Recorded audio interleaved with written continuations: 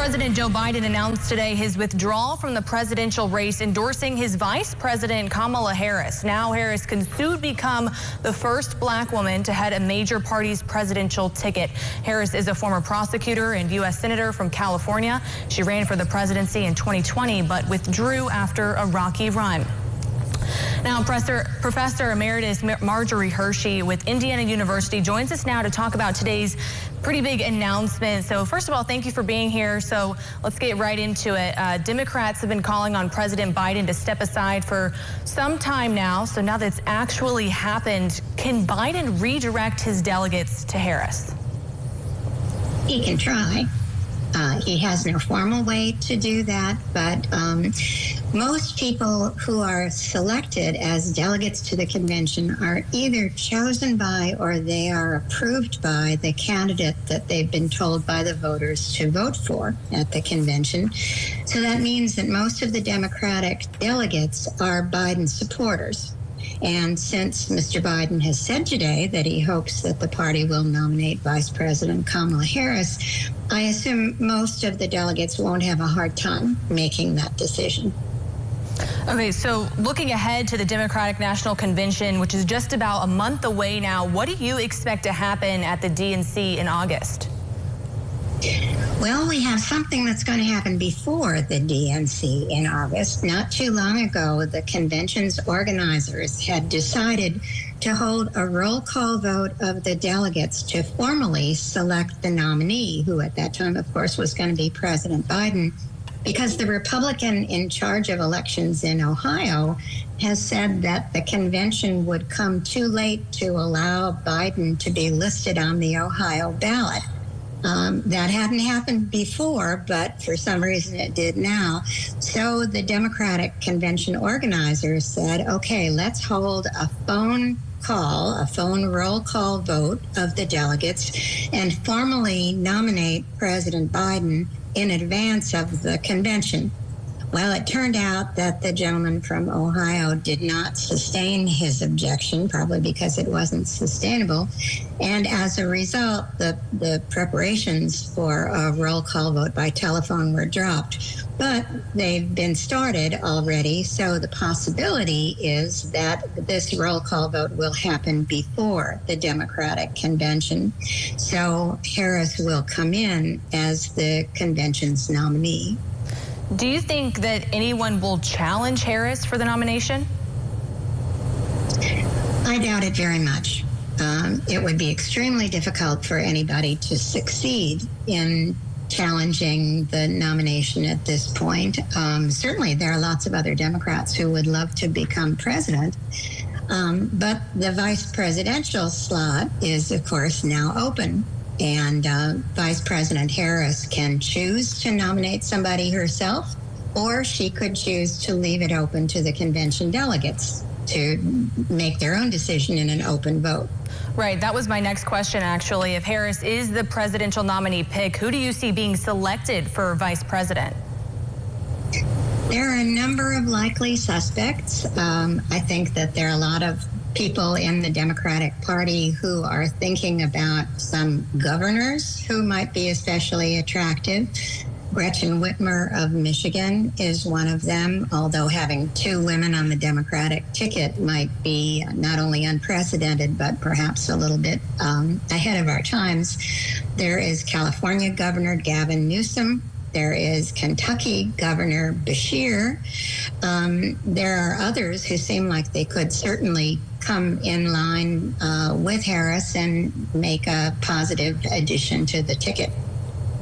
So in the midst of all of this madness and chaos that's gone on today, now that Biden has stepped aside officially, what happens to Biden's campaign money?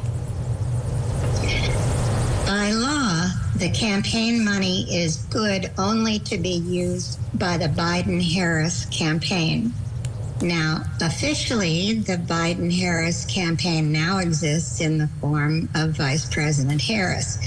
That, I'm sure, will be challenged legally to see whether or not that the funds, which are pretty substantial, a couple of $100 million, can be used by Harris rather than by Biden. They can't, however, be used by any other candidate directly. What they can do is that the money can be given to the Democratic National Committee, and the DNC can use it as independent expenditures. In other words, they can buy ads or television time to support the candidate. But independent expenditures, while they are unlimited by law, because the Supreme Court says so, still don't buy you as much on TV as a candidate's money does. Candidates get lower rates for their ads than independent spenders do. So the risk would be that if the Democratic Party has to move that money into the Democratic National Committee, it would be worth much less than it is currently. My sense is, though, probably the courts will say that the vice president, as part of the Biden-Harris ticket, should be able to use the money just as if it were given to her originally. Okay. You know, there were obviously growing calls for Biden to step aside, but there were also people saying that they would support Biden if he, were to continue on. Overall, do you think this was a smart decision for the Democratic Party?